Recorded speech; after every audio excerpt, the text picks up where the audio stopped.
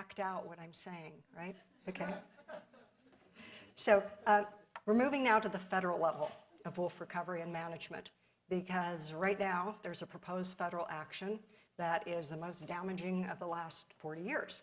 Because the federal government right now is proposing to strip protections from wolves coast to coast, nearly every wolf population throughout the lower 48 United States. The Mexican wolf subspecies would still remain protected, and the red wolf, which is an entirely different species of wolf, would still remain protected. But everywhere else, the gray wolf species would lose federal protections under the Endangered Species Act. And yet support for wolves, wolf recovery, and the need to maintain protections, that's not a value that's limited to the West Coast states that I just showed you. Nationwide, there is tremendous support for wolves, wolf recovery, maintaining protections until wolves are fully recovered. And the reason we know this is because at the last time U.S. Fish and Wildlife Service decided to introduce a proposal to strip wolves of protections, this was back in 2013, at the time we contracted with a polling firm, Public Policy Polling, to conduct a nationwide survey of people's attitudes towards wolves. And what that wolf poll showed is that wolves are wildly popular with Americans, and people want to see more wolves in more places. The poll showed that 70% said that wolves are a vital part of America's wildlife heritage and natural areas. 68% said that wolves should be given a chance to fulfill their ecological role and benefit other species and the landscape. And only 1 in 3 people thought that wolves should be stripped of protections under the Federal Endangered Species Act. So what the survey shows is that Americans want wolves on the landscape. They don't want the government to abandon 40 years of wolf recovery. So again, here we have an agency, this time a much bigger agency, the federal agency, proposing a very devastating rule and action for wolves when the overwhelming majority of Americans want exactly the opposite. And when I describe this as being the most dangerous proposal in the last 40 years, let me explain why. So we know that wolves have been delisted federally in Idaho, Montana, and Wyoming. That happened in 2011 when Congress delisted them. We know that for a period of time, wolves were also delisted in the western Great Lakes states, in Minnesota, Michigan, and Wisconsin, before a court restored those protections. And so here's what happened when wolves were delisted there. More than 5,000 wolves have been killed in state-sanctioned hunting and trapping seasons, allowing also snaring. Even radio-colored wolves from Yellowstone, who are revered, who have worldwide followings, who have been studied by scientists for a very long time. Even those wolves, when they step foot outside of the protected boundary of the park, they are shot in those states by hunters. And the federal government wants to take that model and spread it to the rest of the country. Now, when I said a very substantial portion of the country supports wolves, obviously there's pockets that don't. Idaho, Montana, Wyoming, the Dakotas. But the federal rule isn't limited to just those parts of the country that oppose wolf protections. It covers the entire country. So facing this potential catastrophe, what is being done? What can be done? And so first I'm going to say that what we're doing now is based on what we know, what our history has been with this issue. Because they tried this before. Back in 2013, they also proposed to strip protections from wolves throughout most of the country. And at the time, they did not finalize that delisting rule for three key reasons.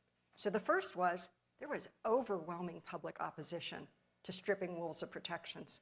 U.S. Fish and Wildlife Service received more than 1 million comments opposing stripping wolves of protections. This is more than they've ever received on any endangered species issue. This is more than they received on listing the polar bear. And if you think about that, that's pretty remarkable because a lot of people love bears that don't like wolves or don't even care about wolves, but they got more comments on wolves supporting them than even the listing for the polar bear. Another reason they never finalized that proposal is there was a scientist review panel that reviewed the proposal and concluded that the proposal was not based on the best available science.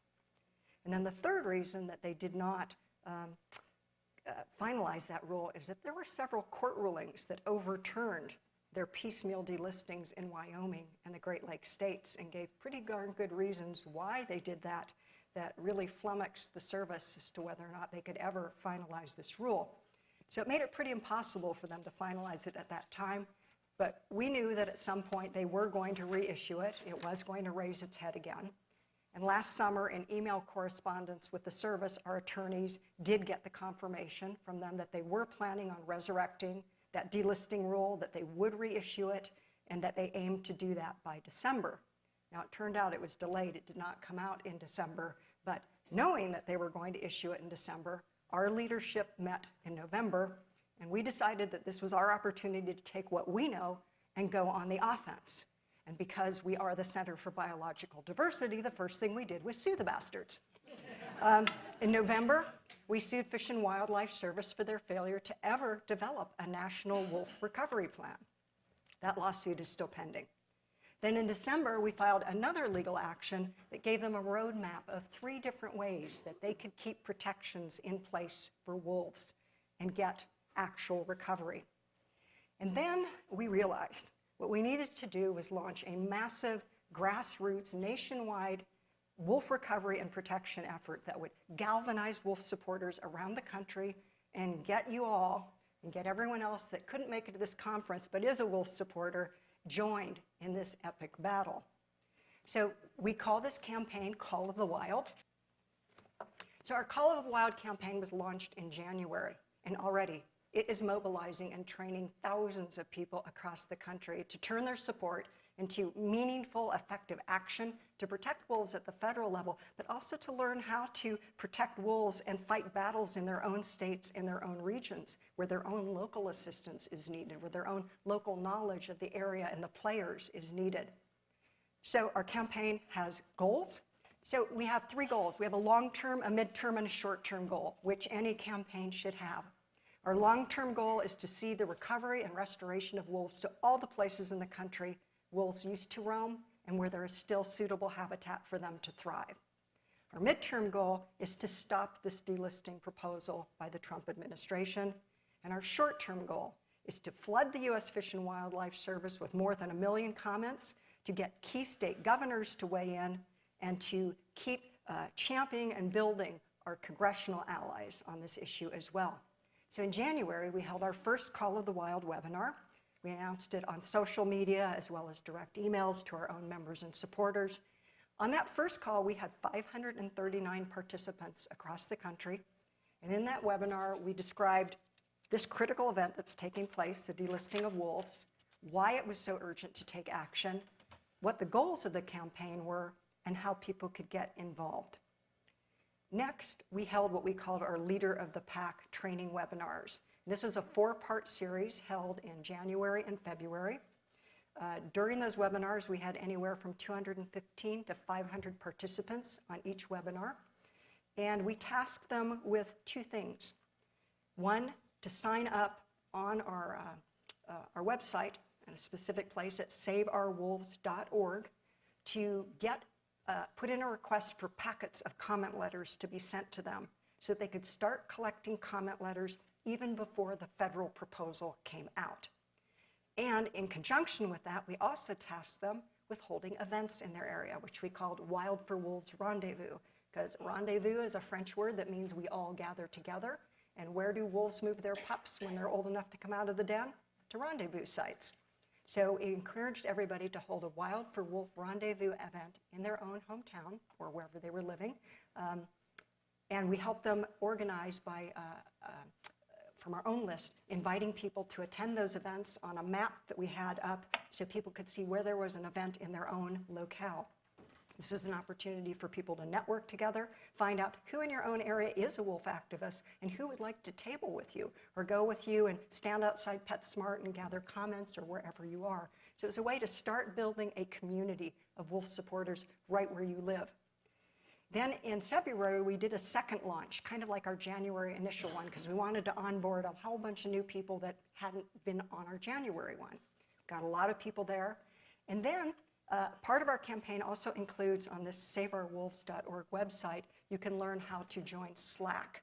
Slack is an email platform, so it's like a channel where you're all talking to each other. So you can post there, you can post resources, you can ask questions, you can get resources back from our staff and from other wolf activists. And what we were seeing on that Slack channel was a lot of questions about more complicated wolf issues that people really wanted to get a handle on. So we put together another webinar that we called Deep Dive into Wolf Issues. And we talked about everything from what the Endangered Species Act says, what it means to be endangered versus threatened, what is a distinct population segment, because the agency draws these little geographic lines about wolves in particular areas and says that's a population segment, we'll protect it or we won't. Talking about things like, how many livestock do wolves actually kill? Are wolves in the Northern Rockies actually having an impact on elk and deer, as the hunters proclaim? So we covered a pretty diverse cross-section of issues, but these were the questions that kept coming up, and we wanted to be able to respond so that people feel, you don't have to be an expert on these issues, but people are curious, and wolf supporters want to understand, because there's so much misinformation out there too, crazy headlines in wolf country, so it's useful for people to know what are the facts as we know them. So then, during the week of March 5th through March 12th, more than 62 Wild for Wolf rendezvous events were held throughout the country, which is a staggering amount. And then in the midst of this, right in the midst of that week, on March 6th, my birthday, hell of a birthday present, the Trump administration announces that the proposal's about to come out. Thank you, that's great. I'm gonna go eat some cake. Not. So we were ready. The very next day, March 7th at noon, we held rallies outside federal buildings in Seattle, Washington, and Washington, D.C. to protest and oppose this proposed rule that would be coming out, and also to show that this rule was going to affect wolves from coast to coast, from Seattle to D.C. We also held an emergency webinar that night, March 7th, again, to let people know what was going on, that this was coming down the pike, and the moment is now. We needed all hands on deck right now to really step up gathering these comment cards.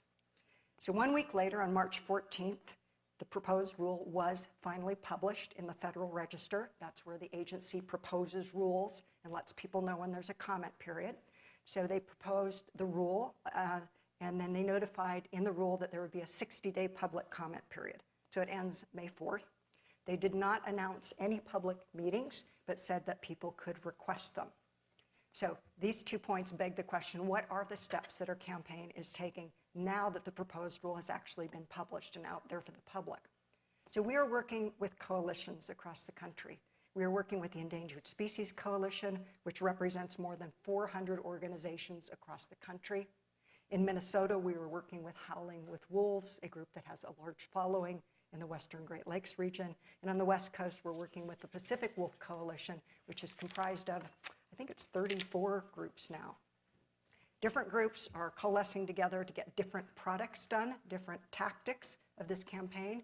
So some groups are working to generate a scientist sign-on letter. I think it's the Humane Society that's working on that, and that will be a dense, substantive comment letter signed by many, many scientists, probably from around the world again, not just nationally. There are folks that are working on a congressional sign-on letter to get our congressional allies to write to U.S. Fish and Wildlife Service opposing this rule. There are groups that are working on a business leader sign-on letter. This was done last time, and somebody just mentioned that this week, that we should repeat that 2013 effort. Then, because the prompt period is only 60 days, we have also submitted requests for an extension of 30 days. Now, with this administration, we actually don't expect that they're going to grant our request. So we are assuming the comment deadline is May 14th.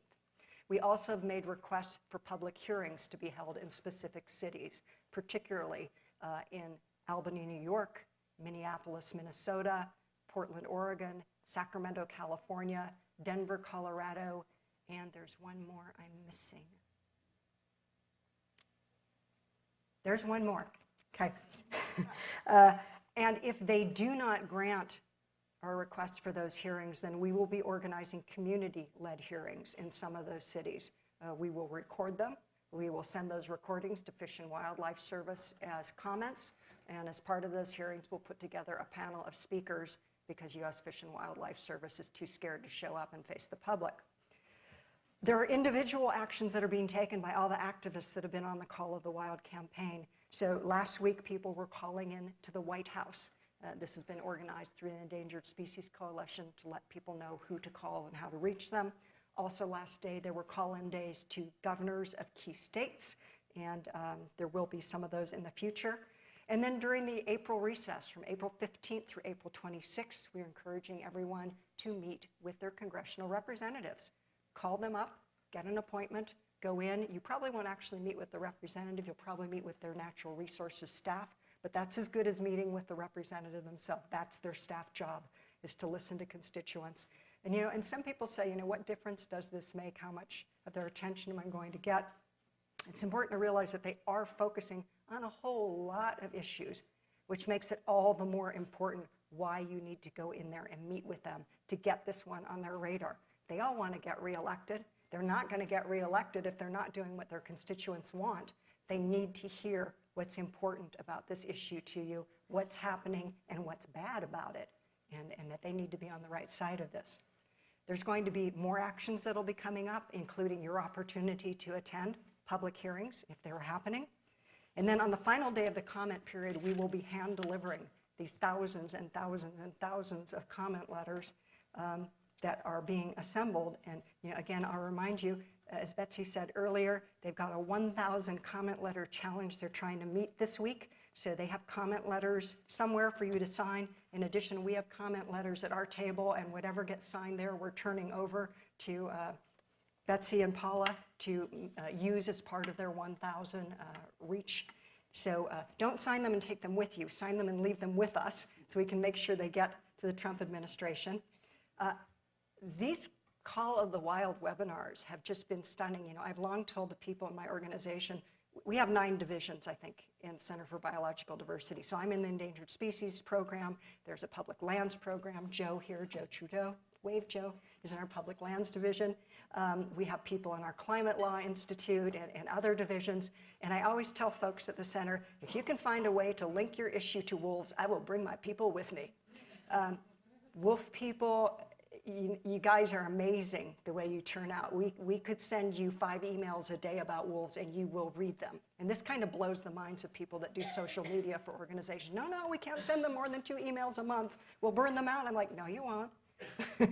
No, you won't. So in this program, we've had people from all 50 states participating, plus 2 offshore military bases, plus other countries, even as far away from Australia, have been on these webinars. We held the 62, or we didn't hold, the activists held more than 62 Wild for Wolves rendezvous events in March.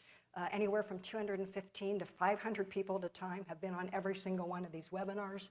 We have mailed out more than 11 outreach packets, 1,100 outreach packets to people who've requested comment letters to get them signed. And so far, we have had more than 4,000 comment letters mailed back to us, plus we have piles of packets we still have to open and enter into our database so that we have a record of all the comments that are going to the Trump administration. Right here in Arizona, 495 people have been participating on these webinars. And as I mentioned to someone earlier, I think it was Kristen? Yeah, okay. So there have been 65 people from Montana, 61 people in Idaho, and 24 people from Wyoming, yes, participating in these webinars. So they're out there. Before I open the floor for you to ask any questions, my question to you is, does this interest any of you? Because if it does, do we have a job for you? Please stop by our table and talk to me and Joe, and talk to Betsy and Paula about this campaign, because it's ongoing. Once the comment period ends, which is May 14th, that's not the end of the campaign. There is so much more work to be done following the comments session. So, questions?